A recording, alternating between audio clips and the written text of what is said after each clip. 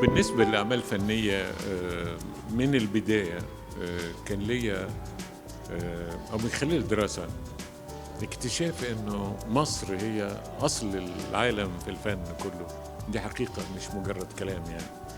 من عصر ما قبل التاريخ ومرورا بالمصري الفن المصري القديم، أعمالي ناتجة من كل ده، وخصوصا مركزة.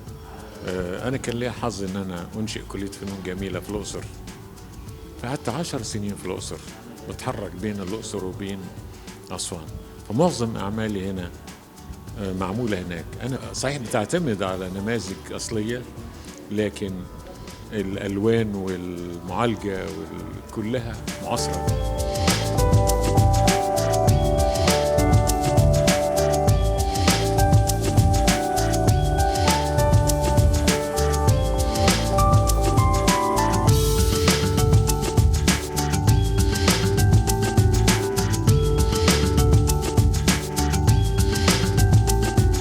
أنا بشارك المرة دي في معرض جماعي مع مجموعة من الفنانين المتميزين في جاليري بيكاسو إيست، وهو يعتبر من الجاليريهات أو القاعات الجديدة في القاهرة الجديدة. والحقيقة يعني هي قاعة مشرفة، ونتمنى أن يبقى ده النموذج اللي هتشوف قاعات العرض في مصر يعني منتشرة بهذا الشكل يعني.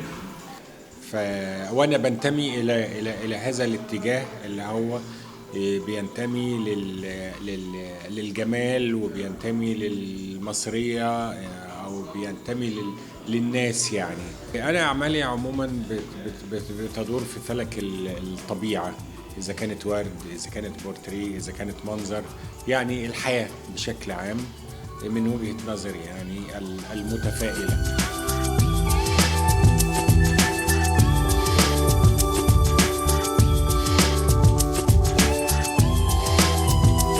هي الأعمال دي امتداد لمجموعة بدأتها في الأقصر أثناء ملتقى الأقصر للتصوير، وقبل كده بشوية.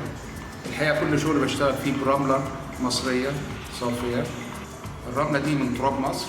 النقطة الثانية إن شغله كله بيقوم على موضوعات حداثية جدا ومعاصرة، وفي نفس الوقت تكون امتداد لأجدادنا المصريين القدماء، أو تنتمي للتراث الإنساني أيا كان. فالوهلة الأولى لما تبص للشغل تحس إن هو مصري قديم أو بعض الكتابات الإنسانية القديمة، ولكن عندما تتأمل هذه الرموز ستجد أنها حداثية تماما، وهي ما هي إلا سيرة ذاتية ليومياتي كإنسان معاصر.